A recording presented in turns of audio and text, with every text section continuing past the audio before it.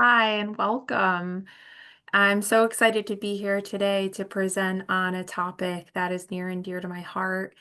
And I just want to give everybody a chance to arrive. To begin, I'm going to ask that you take a moment and ask yourself, what do you need right now to arrive fully present and on purpose? What do you need? Do you need the bathroom? Do you need water? Do you need to lay on the ground? Do you need to throw your hands up in the sky and wave them around? It's all welcome here. So just take 2 minutes to do what you need to do to arrive fully present and on purpose. This is for people here right now live, and also for folks who will be joining the webinar in the recorded version. So just take a moment.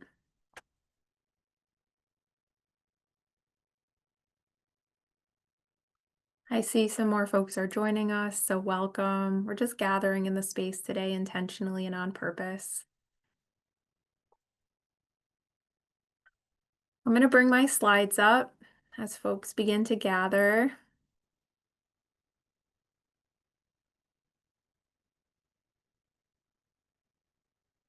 Great.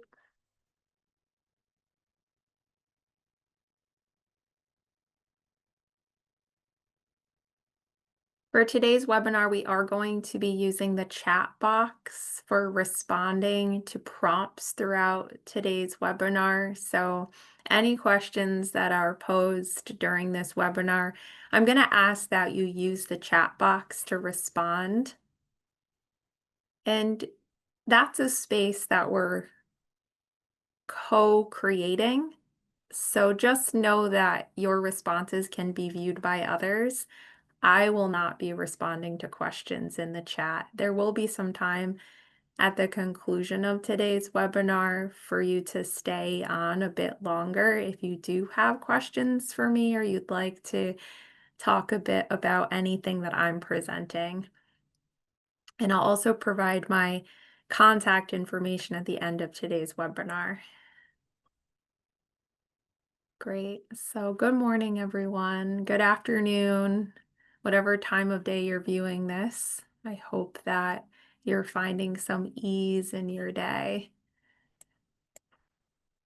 Great. All right. So why don't we begin? For folks who do have the video accessible for you this morning, that will work for you. I would ask to be able to see your face. If not, totally okay. No force here, just an invitation and an ask. Awesome. Hi. So my name is Michaela, and I work in the role of executive director at Advocacy Unlimited. AU is a peer-run nonprofit. We provide holistic, peer-led recovery resources centering mental health and trauma. So for today's webinar, I'm going to be introducing the importance of holistic stress management for whole person well-being. This training is designed for the peer support professional. So everything that I'm going to be introducing to you today is information, skills that you can bring into your work and pay it forward as a recovery coach, as a peer support professional. Great. And thank you so much to CCAR for hosting. CCAR has been a big part of the peer recovery community here in Connecticut for decades. I know 17 years ago when I stumbled my way into recovery, I was really grateful for the resources that were provided by CCAR. And I know so many of my friends and family who continue to benefit from what's offered through CCAR. So Travis, thank you so much for inviting me and all your tech support and coaching encouragement. So yeah. Great. All right, so I'm going to share a little bit about myself. These are some images that represent the activities and the people in my life today who bring me joy. You can see on the top right, this is my dog, Jim. Yes, he has a human name. He is not a chocolate lab. And he's just, a big part of my life. I also have my three kiddos on the bottom left. They're growing fast. And yeah, and I also do a lot of mountain biking. And I love solo backpacking into the remote wilderness.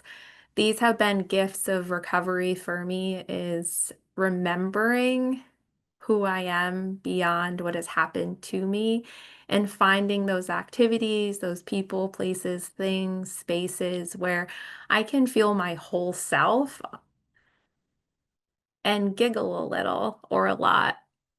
So, and I also have a master's degree in conscious studies and transpersonal psychology. I'm a yoga teacher, breathwork practitioner. And yeah, so that's a bit about me. So I'm curious to begin. So what do we have here? You just saw this animated owl fly into the screen like we're back in like the early 2000s. Well, welcome. Welcome to my PowerPoint presentation. And these owls are going to prompt questions throughout today's webinar. And what I'm going to ask that you do is when you read this question and when you hear me ask this question, pause. This is a practice of self-reflective inquiry. Self-reflective. Ask this question to yourself and pause, listening inward for an answer. There is no rush.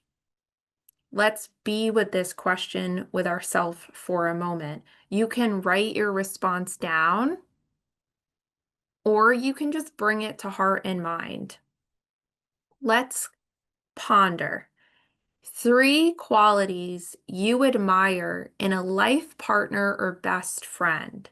Just sit with this question. Three qualities you admire in a life partner or best friend.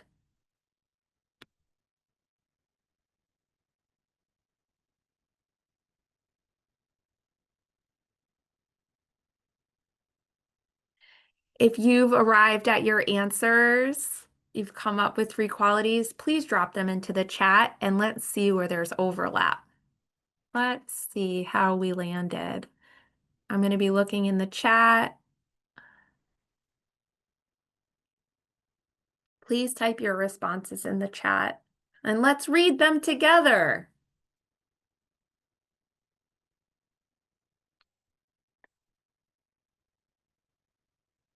Great. Humor, kindness, matched energy, accountability. Love that. Transparency, listening, having an innate drive, caring, sense of humor. Humor is always a big one. Laugh and let go. Huh. Laughter is the best medicine. Honesty, reciprocity. Look at that. Honesty, always a big one as well. I've asked this question to thousands of people from all different walks of life, virtually, in person. And what you're tapping into are shared human values. These qualities are values. They calibrate our internal compass and it allows us to deepen connection with self and others when we stay aligned with these values. Yep. Not perfection, progression is the goal, attunement, and just remembering that you can lead with these qualities. Yes, what great responses. Thank you so much for participating in this initial question. It's so nice to meet you in this way. Awesome. Yeah, so let's keep those qualities or values and heart in mind as we're moving through today's presentation. So, we're going to use these qualities and these values to co-create space. If you look for these in others, let's embody and express these here too. This is a choice. So, in co creating space, we're also going to think about these principles and these pillars.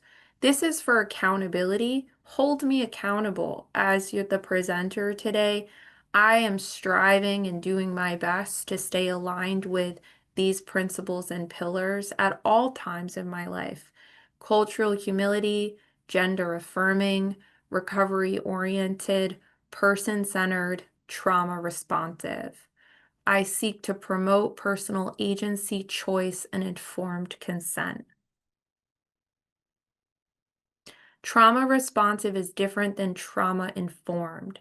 Trauma responsive is like next level. We know trauma exists. We're informed.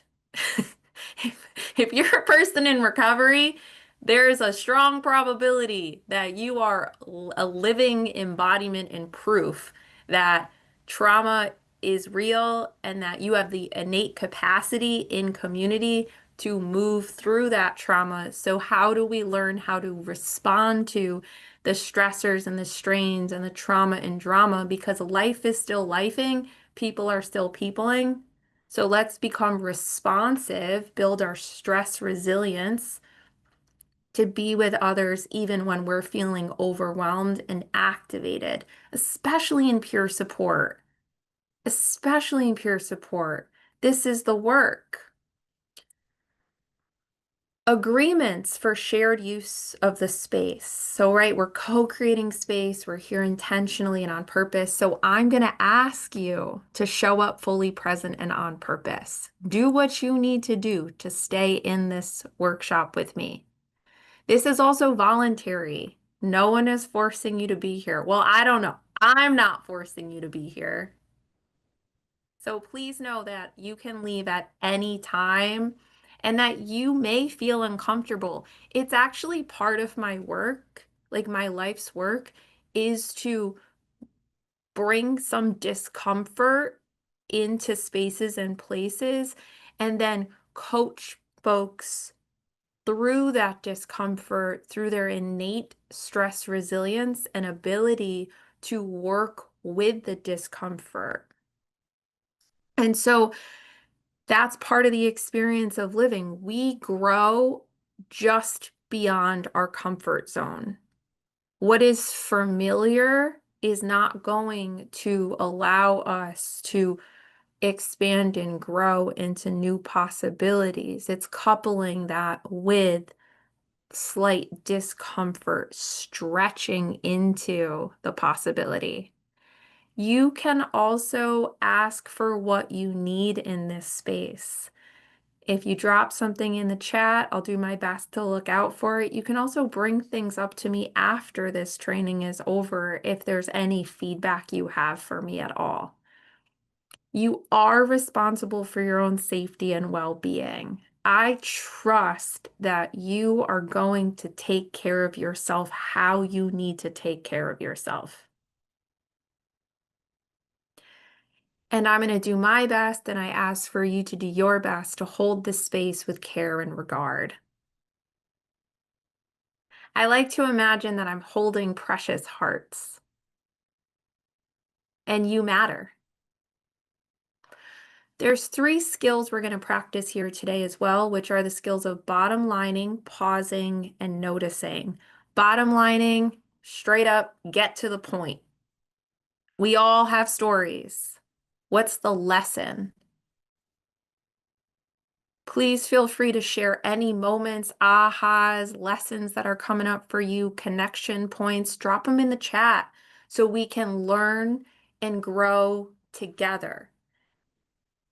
Your story matters, and this is a space of learning together. So drop those lessons, those ahas, and those moments of clarity into the chat. I would love to read what you're moving through. Also, pausing. We've already experienced the pause. The pause is taking a moment, checking in with the self, considering what's coming up, and then noticing. Noticing what's happening in here, what's happening out there, and how are they related. I get sweaty. I'm a sweater. I get super sweaty. When I start getting sweaty, I'm like, all right, what's going on? How am I doing? What's going on in my circumstances? What may I be thinking about, worrying about? That's a clue for me to pause and check in. So noticing what's happening in here, what's happening out there, and how are they related. You start feeling activated during this training. Okay, good information to have. Gathering data, gathering information. Yep, more information to work with. Our friends are back, the owls. So, what I'm going to ask that you do now is for you to drop in the chat your name, your pronouns, and one word to describe how are you right now. So, to demonstrate this verbally, you'll drop yours in the chat. Michaela, she, her, and curious. I'm going to look in the chat to see where we're at. Great, thank you. And if you don't use pronouns, that's okay. This is an invitation for folks to introduce themselves using their pronouns so we can lift up that gender affirming principle. Hi, everyone. I'm just looking in the chat, listening, motivated, frazzled. Yes. Yes. You're all welcome to be just as you are. And let's see where we move throughout the training. Let's notice again how we're doing at the end. Serene, open-minded, present. Juice to be here. Yeah. That's good. Sweet. All right, awesome. Well, welcome everyone. Please feel free to continue to use the chat. All right, so my next question for you is one activity that brings you joy. I'd like you to identify one activity that brings you joy.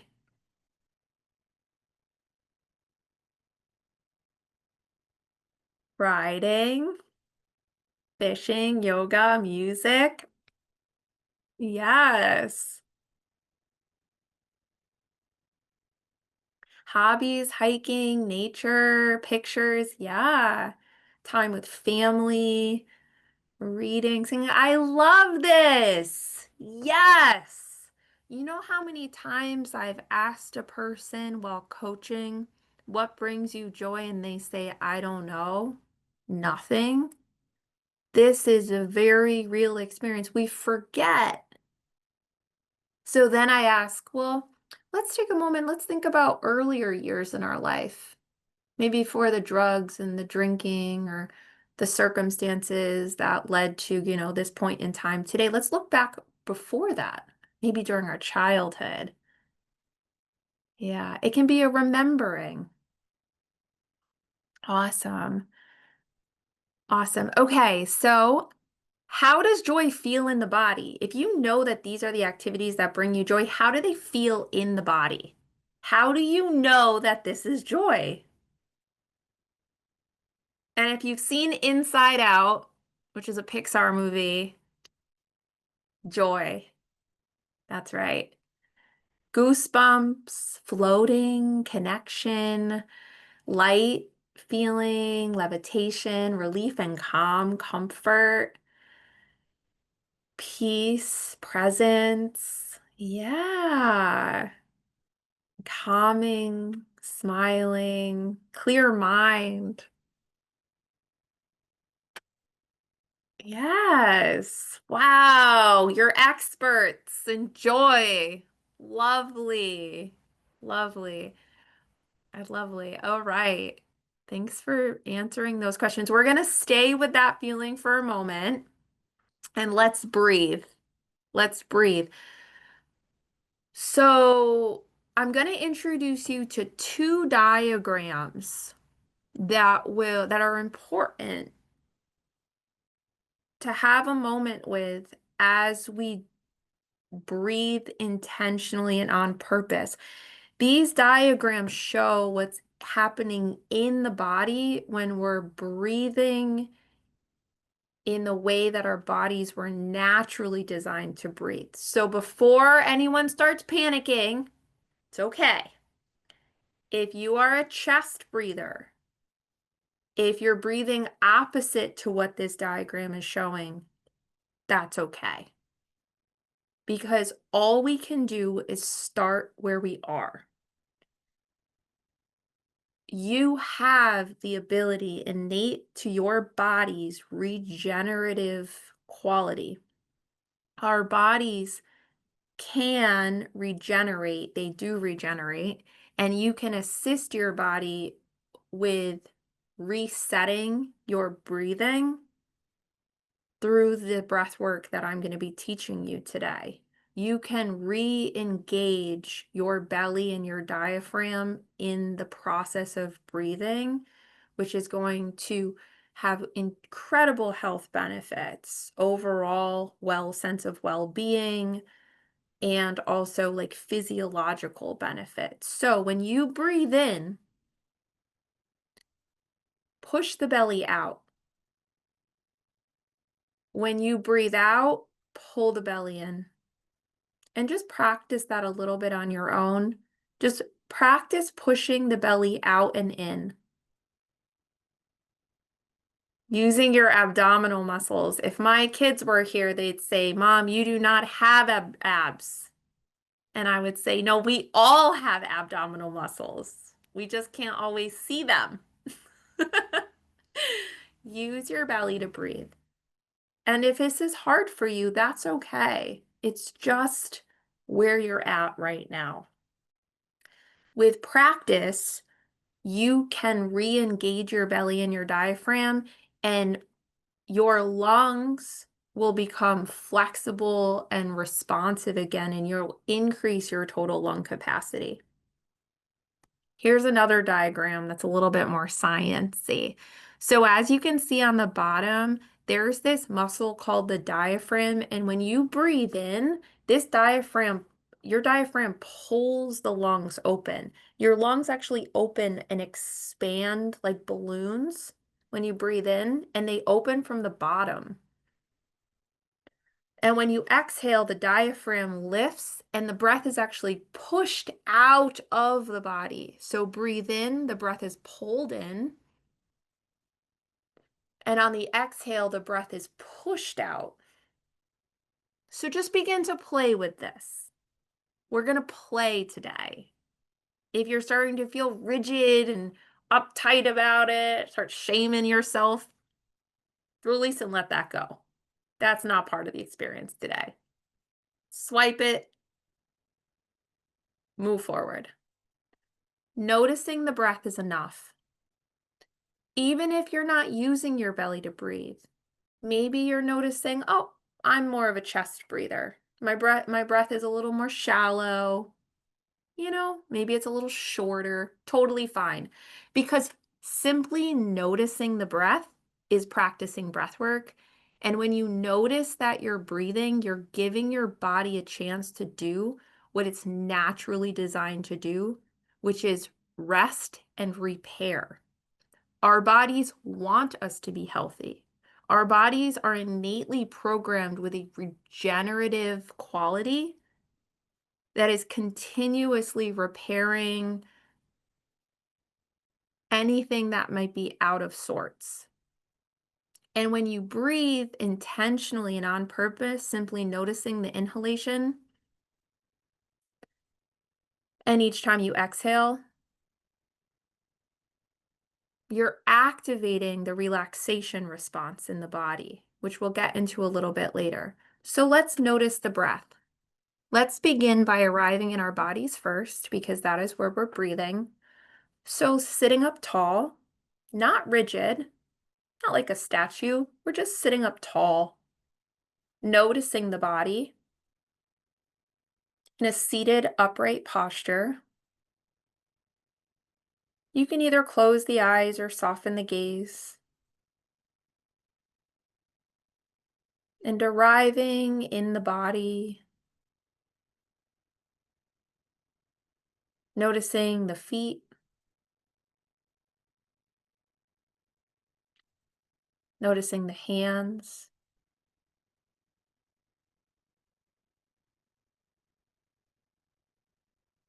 noticing the shoulders, and then bring your awareness to the nose and begin to notice as you breathe in and out, noticing the sensation of air as you draw the breath in, and noticing the sensation of air as you push the breath out. Effortlessly and with ease, you continue to breathe.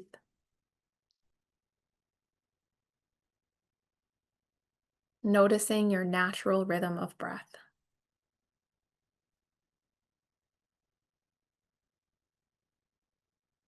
We'll take 3 deep breaths together, breathing in through the nose, breathe in, and let it go through the mouth with a sigh. Breathe in,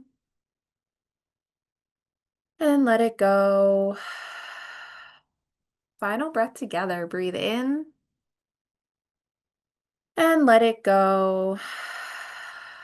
Allowing the breath to return to its natural rhythm, and just taking one final moment to be with yourself. And just noticing. And when you feel ready and complete, bring some gentle movement to the fingers and the toes, maybe rolling the wrists and the ankles, stretching the arms and moving the body in whatever way feels right for you. If your eyes are closed, you can flutter them open and return back to the space together. Lovely. So you are the sun beyond the clouds. Emotions, thoughts, circumstances are like weather, continuously moving, but you are the constant. And when we anchor into the breath, noticing the breath, it allows us to become present in the moment and all the weather passes.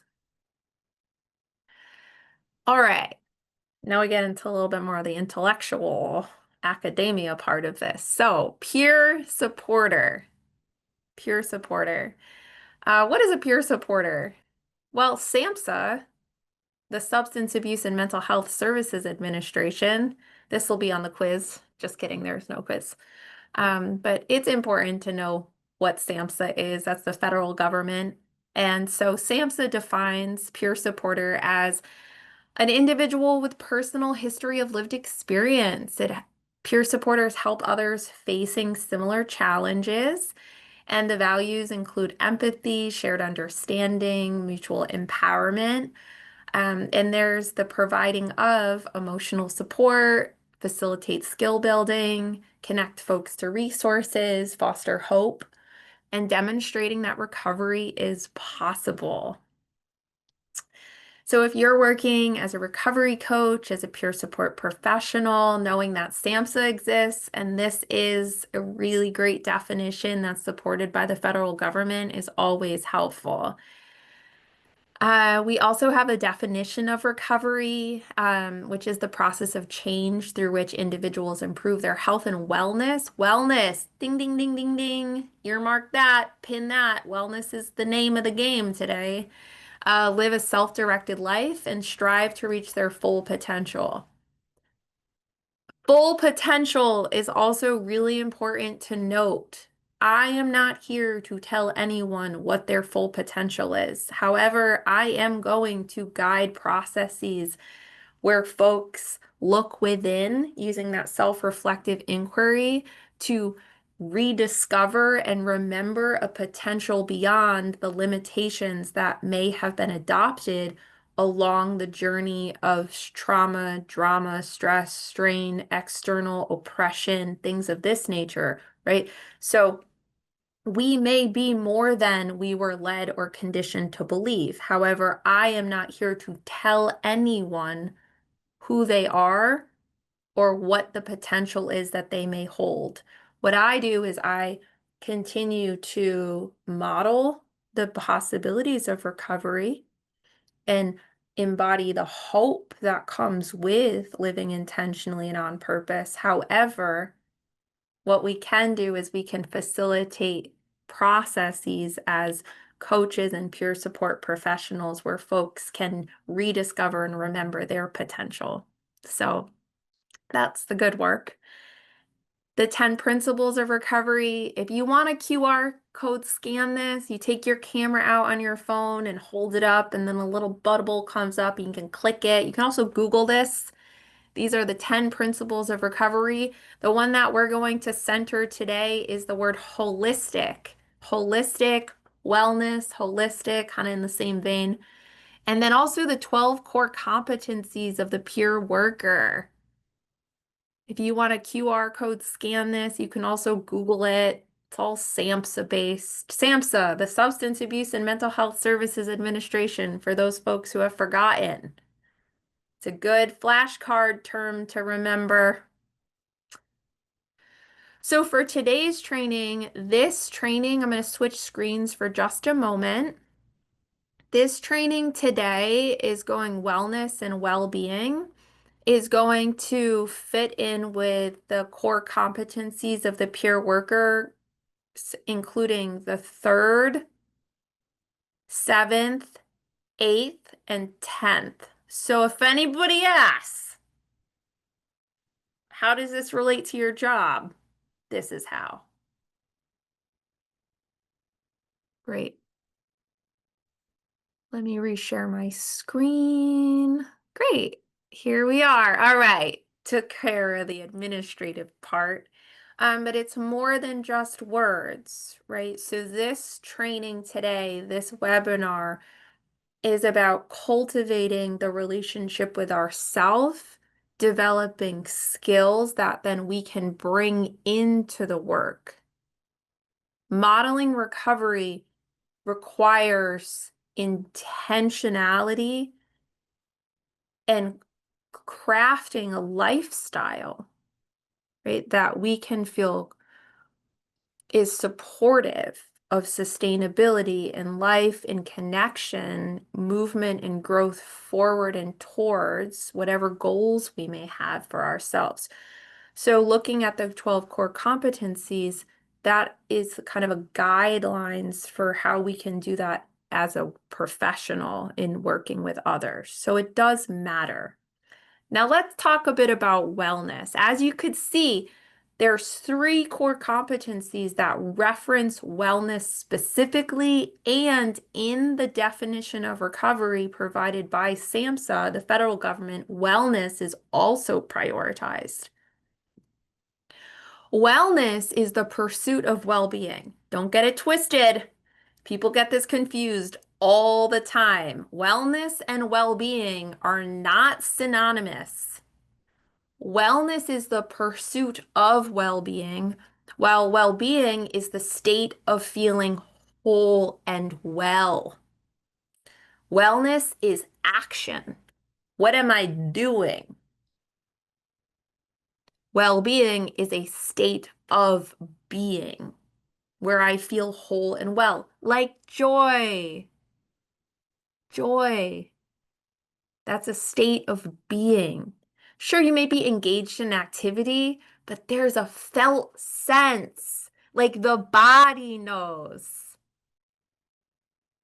Well-being is a state of being. Wellness is the pursuit of that state of feeling whole and well. And I'm not going to tell you how you feel whole and well. This is the self-exploration. This is the self-reflective inquiry. And you know when you know, and then do more of that. All right. How do you know when you're feeling well? Again, pausing, asking yourself this question first, maybe taking a few deep breaths, looking inward. How do I know when I'm feeling well?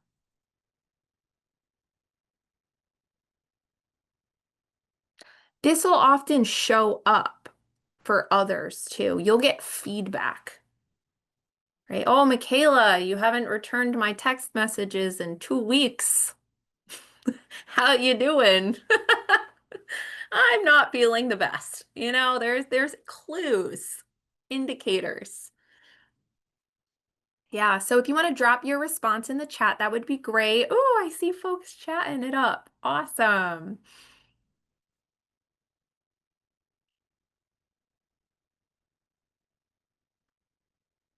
Yes, so more social, feeling balanced, energetic, focused, calm, connected, clear-minded. Wow, anybody else noticing that joy and feeling well seems to kind of work together a bit? Just saying. Yeah, gratitude, abundance, noticing abundance. Energy, the desire to be around others. Yeah, sure. Yeah. Awesome. So your pros at joy and your pros at feeling well, that's great. That means that you know what you're looking for. What we focus on grows. What we focus on grows. So what I'm going to ask you to do is not think about the blue elephant. Do not think about the blue elephant. Do not think about the blue elephant. Anybody here thinking about the blue elephant? Yes, that's life. If I'm over here saying, I don't want to be sad. No, I don't want to be sad. I don't want to be alone. I don't want to be sad. What am I focusing on? Sadness and aloneness. So I have choice. I can choose to redirect my attention with intention in the direction that I'm seeking to grow. I am seeking to grow the sense of motivation, of gratitude, connection, clarity, focus, balance, calm.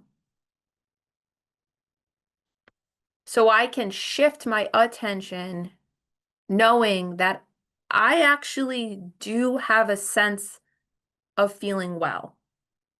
I have a sense of feeling joy.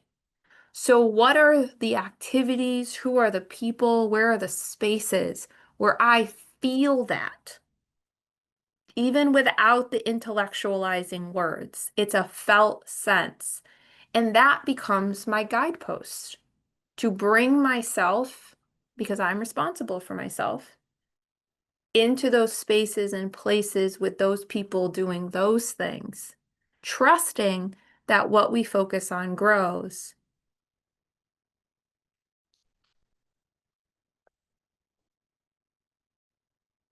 All right, let's deepen the breath. You ready?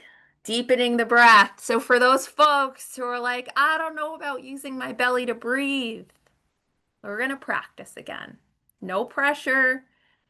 If you're like, this is uncomfortable, just now you have information. It may be beneficial for you to deepen the breath though at some point. So if you're going to practice with me right now, why don't we arrive in a seated upright posture?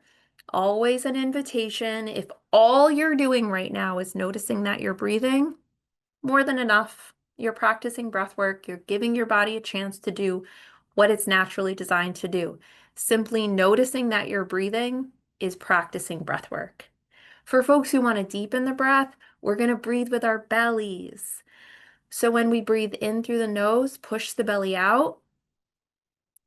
And when you breathe out, pull the belly in and push all the breath out of the body. It's like filling a balloon up. and then releasing the breath on the exhale as the balloon contracts. Arriving in a seated upright posture, we'll begin in the body first because that is where we breathe. Arriving in the body in a seated, upright, comfortable posture, either with the eyes closed or open, softening the gaze. And I invite you to begin to notice the feet, noticing the legs, noticing the hands and the arms.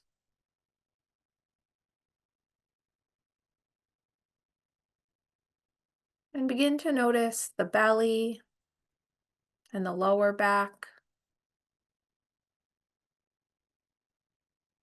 Noticing the upper back and the chest.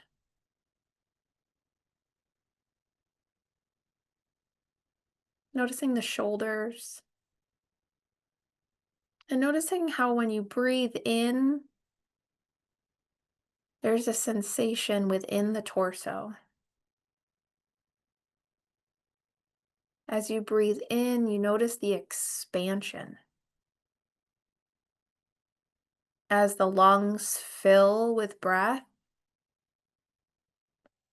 and noticing how it feels in the body as you exhale and all the breath is pushed out.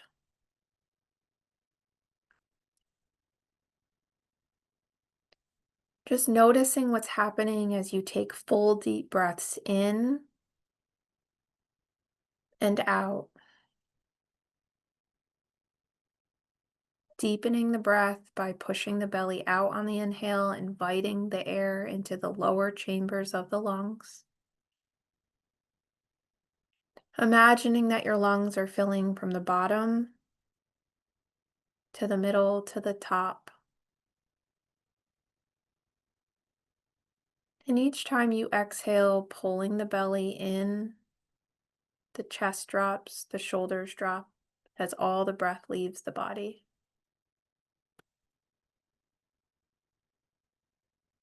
This is an invitation to deepen, expand, noticing the sensations as you breathe in and out.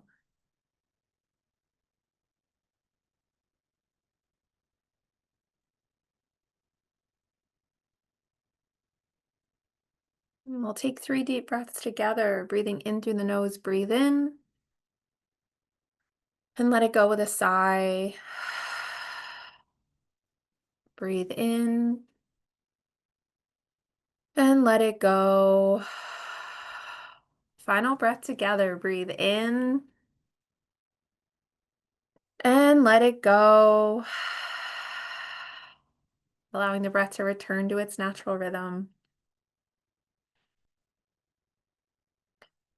And when you feel complete, bring some gentle movement to the fingers and the toes.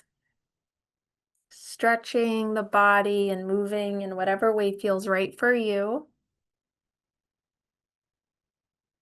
And when you feel ready, if your eyes are closed, I invite you to flutter your eyes open and return back to the space.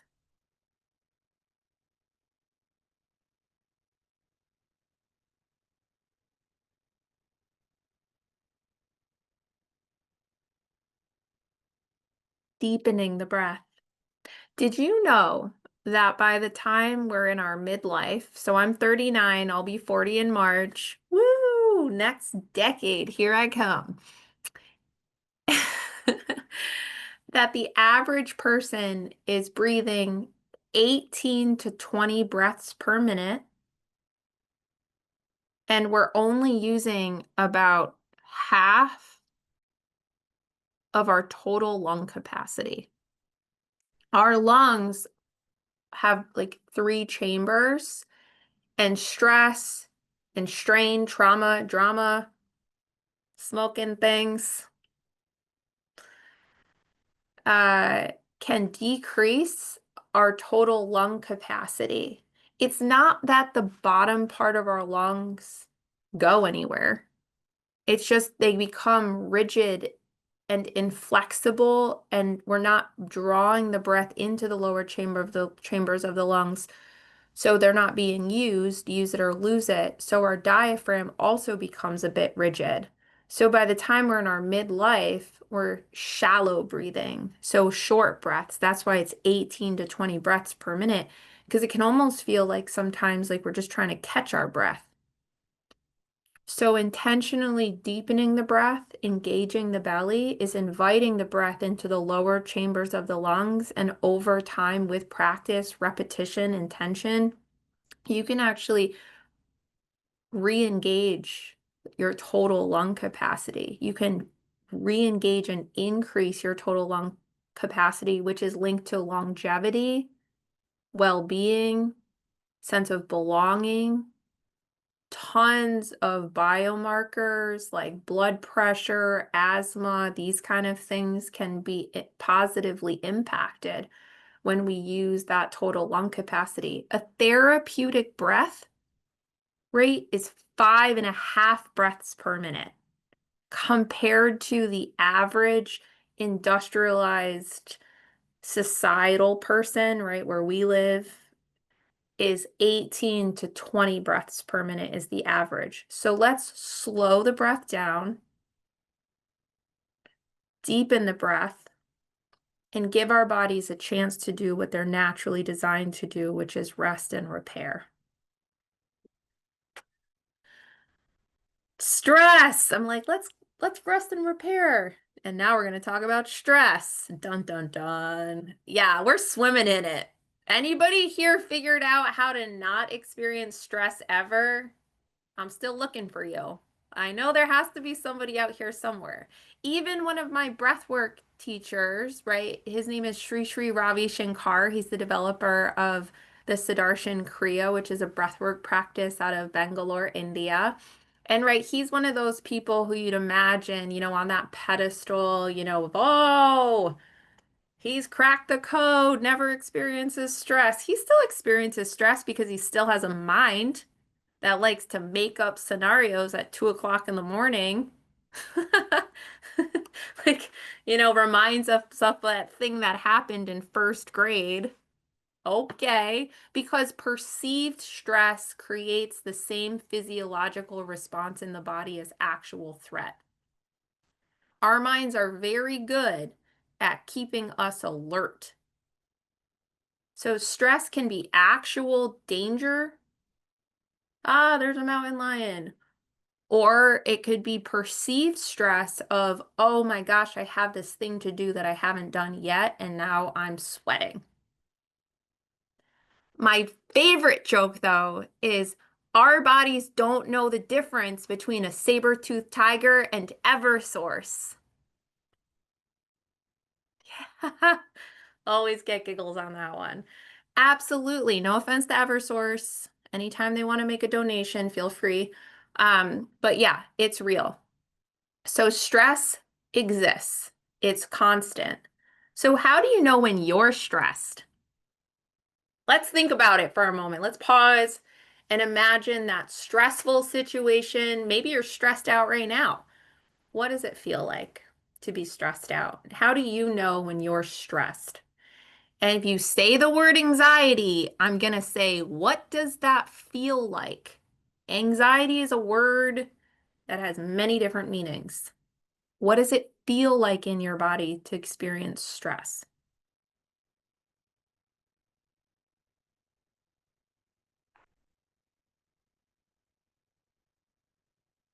Tight and tense. Oh, yeah. Eversource is an electricity company that likes to increase their rates exponentially on an annual basis. Sweating, get out of the sweaters. Yeah, clouded thoughts absolutely affect our thinking. Nervous feeling in our stomach. Yes. I like to joke with my kids. So my kids know that I've had a stressful day because I walk in the house and they smell me. Because stress sweat is different than other types of sweat. for me in my body. Yes, yep. The brain comes in, heart rate changes. Yeah. All right. So you know about feeling well, you know about joy, and you also know the oppositional complementary experience of the nervous system, which is stress. Looks like we're really good at experiencing stress. We know about it. We can put words to it. Good job. That's really is half the battle, is recognizing when we're feeling that activation. Great. We already did what does it feel like in your body. So there's key attributes of stress. Stress releases cortisol and adrenaline.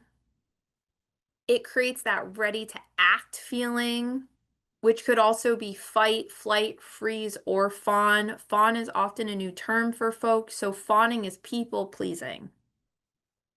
I'll just do whatever needs to be done to avoid conflict or other types of repercussions. Fight, flight, freeze, fawn. That's our stress response. It's primal, it's innate. It's reacting to perceived or actual threats. And what it provides is a sense of we're trying to get a sense of security. We're trying to get our needs met. We're trying to feel safe. Ultimately, it's a primal survival instinct, and we need that. There is good stress, as in, like, it does help at times to recognize that I need to act. Absolutely. However, when we let that stress linger and we don't tend to the body, we can get really sick. The World Health Organization has found that stress is the #1 associated factor with all chronic health conditions. I'm not saying causal, I'm saying associated.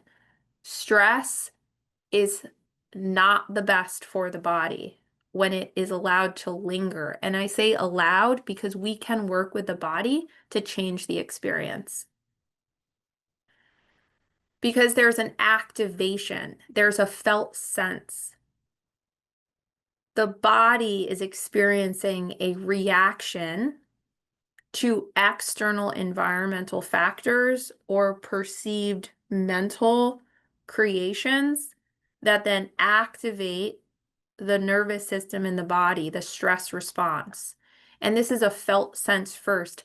It's not mind body, folks. When you hear that term mind body connection, it's body mind connection. This is a body up experience.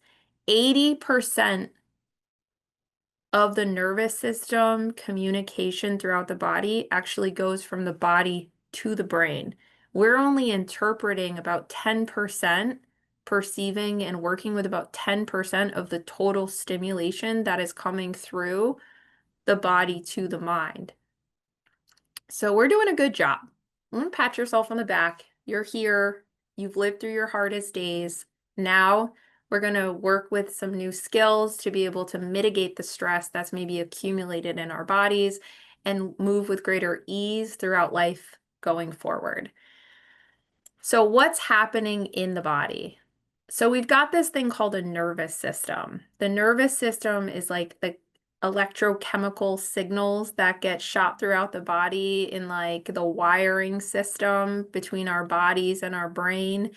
And so they're impulses of electrochemical charges. So like when you when you touch a hot stove, do you have to think, oh man, my gosh, my hand is on a hot stove. I need to move my hand off of this hot burner. No, you don't even got to think about it.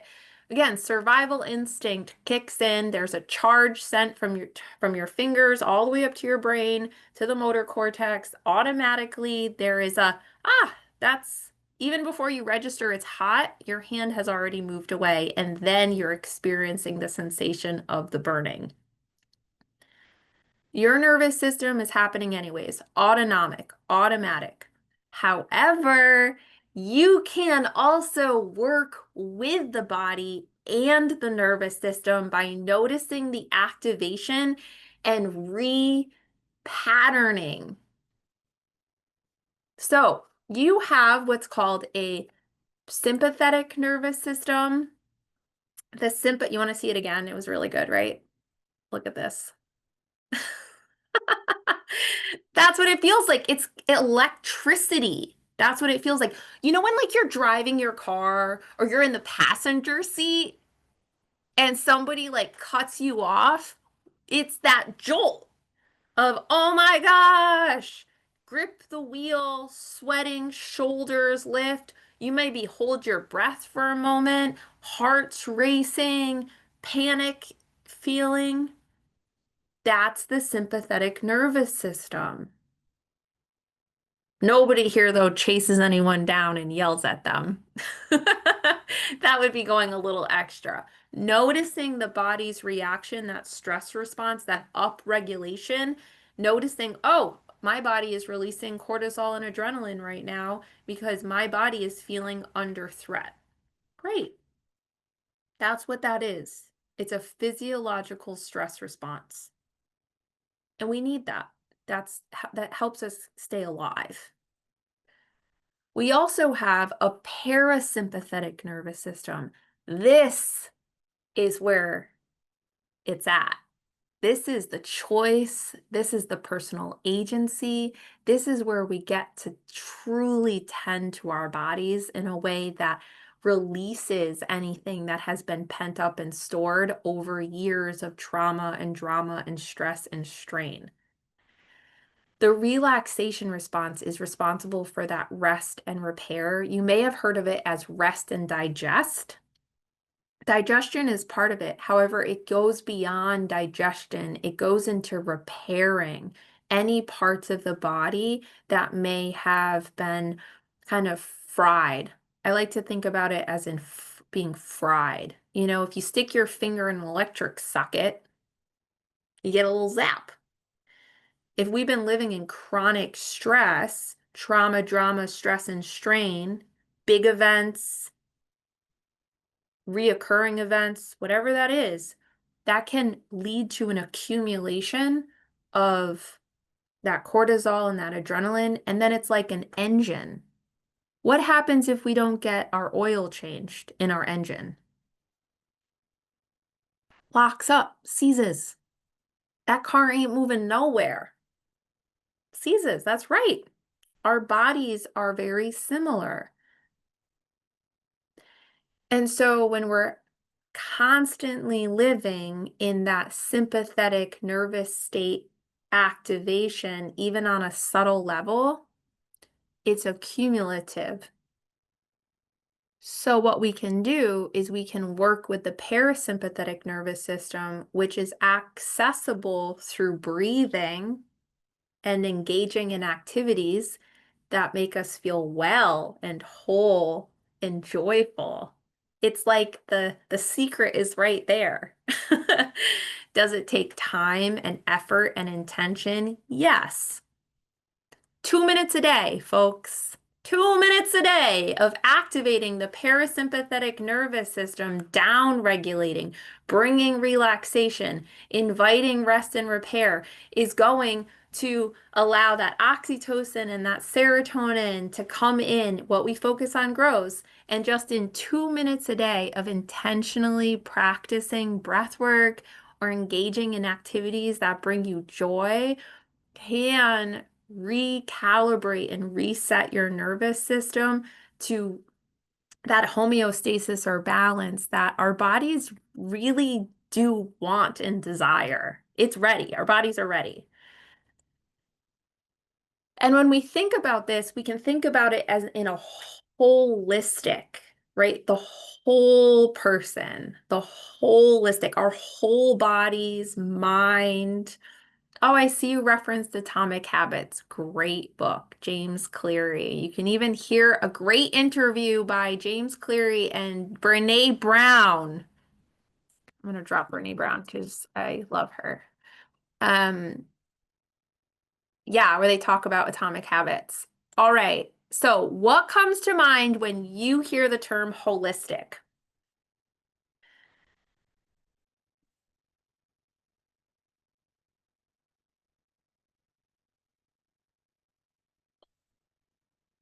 natural, whole self, collective, natural, mind, body, soul. Hmm.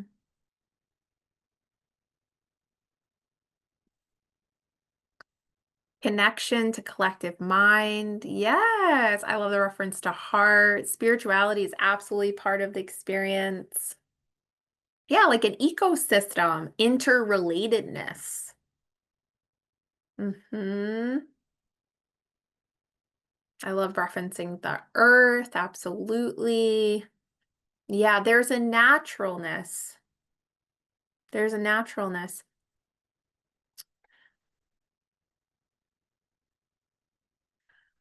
So, key attributes of holistic include the whole person, multidimensional, dynamic. It's a system of parts, and there's interdependence. And so, with that interdependence and that dynamic system of parts, we're going to consider that there's also like a tension created, a push and a pull. As we breathe in, as we breathe out, as one breath ends, the next begins. This is how moments occur as well. So, in any moment, we can choose a different experience, recognizing that we're not locked in one way of being. Holistic invites the possibility of change as something to embrace as a constant, and we can become less rigid and fearful of that ebb and flow. That's the idea of holistic, is learning to be with, recognizing that I have choice and freedom to move through and intentionally move in a direction that I'm seeking to grow, to find that, to achieve that state of feeling well. Because I know what that feeling is. You know what that feeling is. So, how do we do more of the things that bring us into that state of being with the people who cultivate that sense of feeling in places where we can feel that?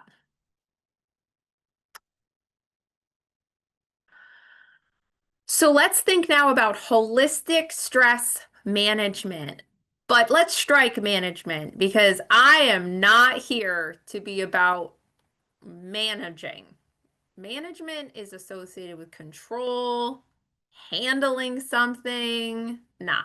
As coaches, as peer support professionals, let's reframe this to resilience, the ability to adapt and recover through adversity, trauma, and stressful situations rather than simply enduring them. We are not going to stay locked up in this state of rigidity, like I just have to take it. No. You can craft a lifestyle that you feel confident about. It takes time, it takes practice, it takes intentionality, and it also takes cultivating our stress resilience, because the people are still peopling, life is still lifing. Stress is going to be present in our lives. However, how do we learn to work with that stress? And that includes working with the body. So there's 3 points that I encourage you to consider. Is first, becoming aware, paying attention to the sensations in our body. You know when you're stressed. Applying strategies in the moment of activation. Oh, I'm stressed. What do I do? What can I do right now to tend to myself, to move through this experience? How do I move through to feel balanced and whole once more? And also during states of calm, because for some folks, right, including myself, I mean, I lived through extreme trauma from my earliest childhood memories all the way up through my adolescence. including homelessness in my teen years, involvement in the criminal justice system. I mean, like, it was chaos. And I'm so proud of myself for living through that. And now I have the freedom to choose to create a life that I feel confident, and that requires me to also practice working with the body even when I'm not stressed out, but when I'm in other states, so I can continue to release and let go of that which no longer serves me and which is no longer relevant to my actual day-to-day experience today. So I had to work a lot with my body to let go a lot of things from when I was very young, so I can maintain a sense of wholeness and well-being as more of a constant state. Not always, but more than it ever was before. And then also, we're going to be consistent and practice often. When you notice that you're breathing, maybe you notice you're breathing for a few more breaths. That's all it has to be. And something happens through the workshops that I facilitate where now you know that you're breathing, so you might as well continue to breathe and invite some intentionality to it. It's right there anyways. Why not give yourself a chance to breathe deep? The goal is flexibility and responsiveness.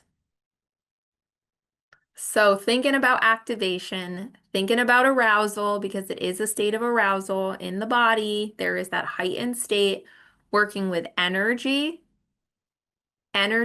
emotion, energy in motion. That energy wants to move. So let's not contract, let's breathe with and allow that energy to move through the body. And we have mindfulness. So the definition of mindfulness is paying attention on purpose. Paying attention on purpose. It is not rocket science. Even though rocket science is pretty cool too, it's paying attention on purpose. So the benefits of mindfulness, which is mindfully breathing, right? You're mindfully noticing the breath. You're mindfully noticing when you're feeling joy and expansion and that state of well-being. Boosts and reduces. So it boosts the stuff that we're looking for and it reduces the stuff we're trying to let go of. Simply paying attention on purpose is a game changer. So imagine that you can pay attention on purpose to your breath. So you get the benefits of the breath work of activating the parasympathetic nervous system relaxation response, letting go of the stress, and by noticing that you're breathing, you're also practicing mindfulness, which is like super synergistic. So, what can you do mindfully? There is actually a right answer to this question. I want to see who gets it. Anybody gonna get it? What can you do mindfully? Anything. This person won. I would high five you if we were in person. That's right. Anything and everything. Mindfully wash the dishes, mindfully take a shower, mindfully stare at a wall, noticing the texture and the colors, mindfully listening to the birds. Oh, my hand goes up because I have this strange, oh gosh. I got Thank you, you. Travis. AI, isn't it fun? Um, so yeah, so anything we can do mindfully. So I challenge you to take a shower mindfully. Woo! And the challenge is how many times you go into autopilot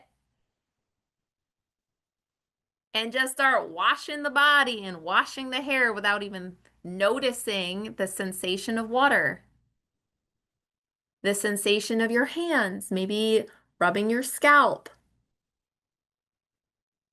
Maybe, maybe you notice you practice mindfully brushing your teeth.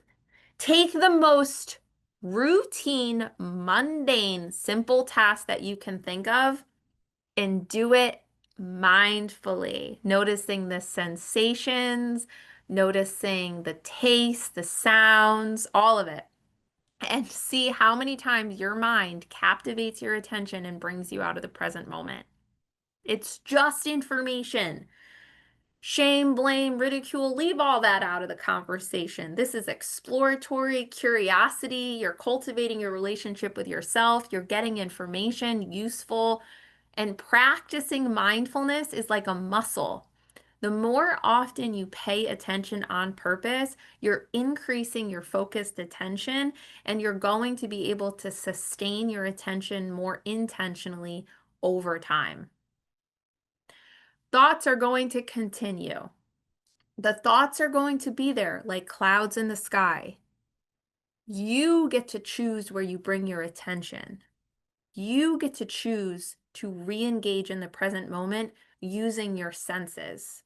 Taste, touch, sound, smell, feel. Work with your sensory experience to stay more present for the experience that you're having. Yep. All right, let's learn one more breathwork technique before we close our webinar today. So this is straw breath. Straw breath involves breathing in through the nose and out through the mouth. When you breathe out through the mouth, you're going to breathe out with your lips pursed as if you're whistling or blowing through a tiny coffee stirrer straw. It takes some effort. So you're going to tighten your lips and push the breath out through those pursed lips. So arriving in the body first, either with the eyes closed or open, soften the gaze. Arriving in that seated upright posture.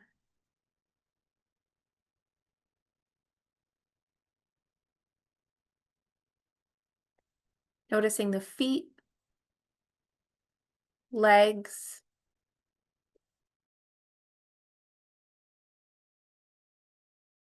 hands and fingers,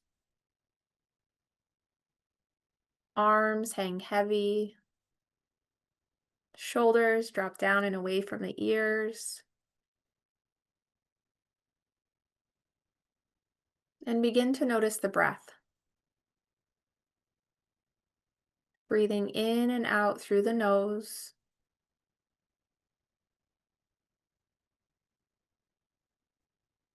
And if this is where you'll land, great. Continue to notice that you're breathing. If you want to deepen the breath, begin to engage the belly and the diaphragm. Breathing in and out. And we'll begin using straw breath, breathing in through the nose, breathe in. Pursing the lips, exhale through the mouth. Slowly pushing the breath out through the mouth as if you're blowing through a tiny coffee stirrer straw.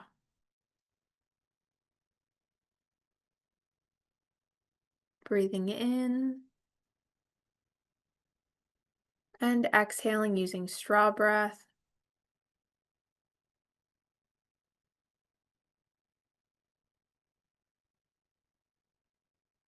Continue breathing using straw breath on your own.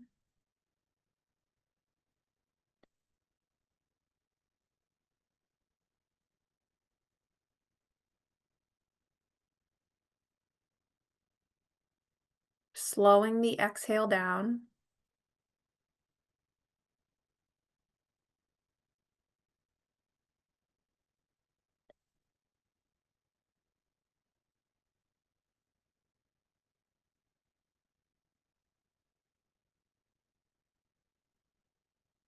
Releasing the straw breath and allowing your breath to return to its natural rhythm. Just noticing what's happening within.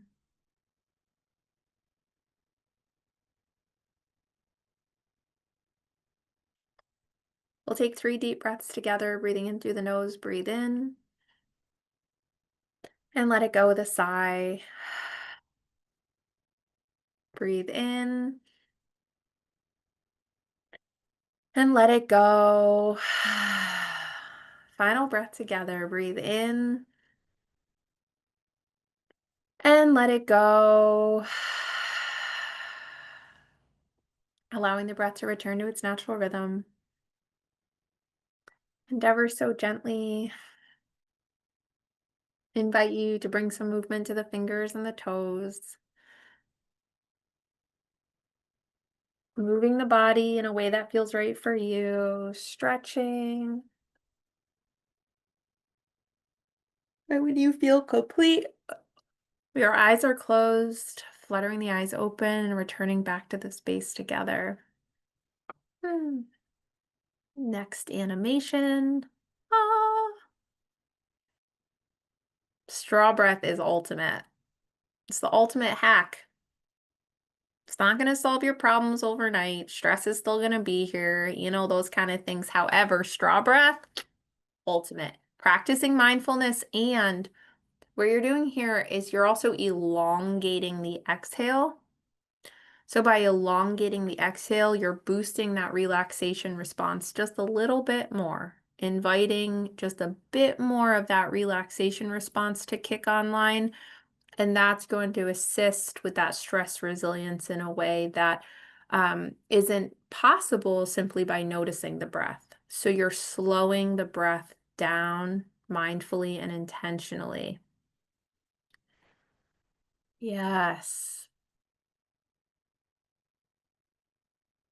Great.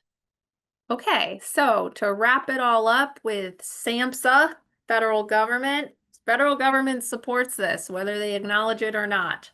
I believe they do because we have the 8 dimensions of wellness. We have the principles of recovery, including holistic. We've got wellness and well-being referenced through the 12 core competencies of the peer supporter. So I think that we're ready. So 8 dimensions of wellness. So when you think about the pursuit of well-being, that whole person well-being, remembering that we are multi-dimensional beings, and we can use the 8 dimensions of wellness as a model for self-reflection. How am I doing emotionally? How am I doing spiritually? How am I doing intellectually, physically, environmentally, financially, occupationally, and socially? And what may I bring into my lifestyle, bring into my daily experience if I'm feeling a little wobbly and wonky on any of these? Maybe in financial. Maybe I'm scared to open my bank account. When I'm scared, I feel the contraction, sympathetic nervous system activation. Ah, so what is one meaningful next step that I can take to work with that activation in my body so I can look at my bank account without feeling panicked? Or I could even just simply open the bank account balance anyways. Working with the activation, working with the body is the game changer. It's liberation, it's freedom. It allows us to be more of ourself on purpose more often. And that truly, to me, is recovery. It's the remembering of who I am beyond what has happened to me and releasing myself from limitations that I may have adopted. To do that requires me to work with the trauma that does linger in my body. This is not a saber-toothed tiger. This is me growing into the person that I am intended to be. So we can use the 8 dimensions of wellness as a guide. I also want to introduce just momentarily sexuality as a 9th dimension of wellness. It is not included yet in the dimensions of wellness. However, I do want to encourage folks to also consider sexuality as a 9th dimension of wellness as you're negotiating and navigating your experience of wellness and then achieving the state of well-being. In closing, I would love for you to just take a moment to consider what stuck out for you. What did you learn? What was a memorable moment? Just write one thing down and drop it in the chat. Just maybe it's a word, maybe it's a phrase, whatever it is for you.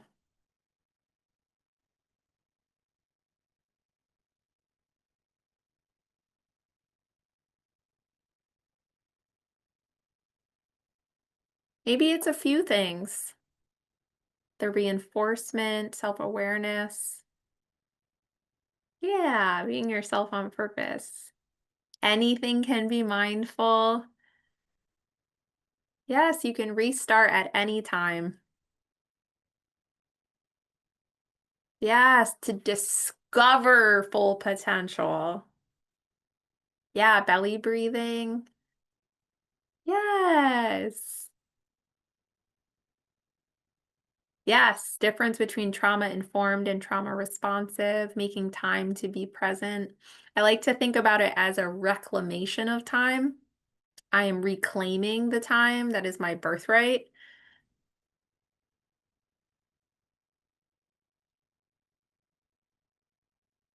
Yes. Awesome.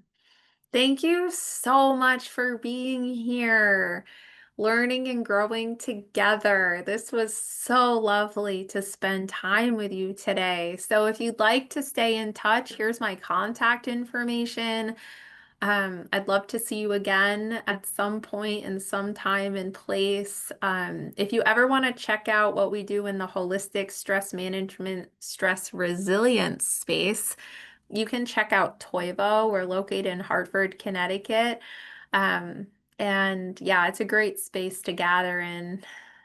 You can scan this QR code or you can Google Toivo Center and you'll find us.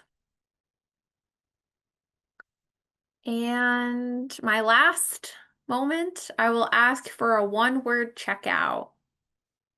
So, one-word checkout is how are you doing right now?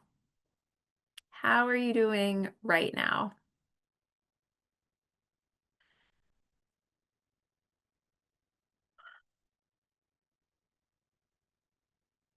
Great. Yeah, it's been such a wonderful experience to be with all of you in this space. And I want to invite you to continue to breathe intentionally and on purpose. Each time you notice that your breathing is an invitation to yourself to slow down, pause, and be with the moment as it is arriving. Thank you so much, Travis, for having me. Thanks for being here, my friend. Appreciate you.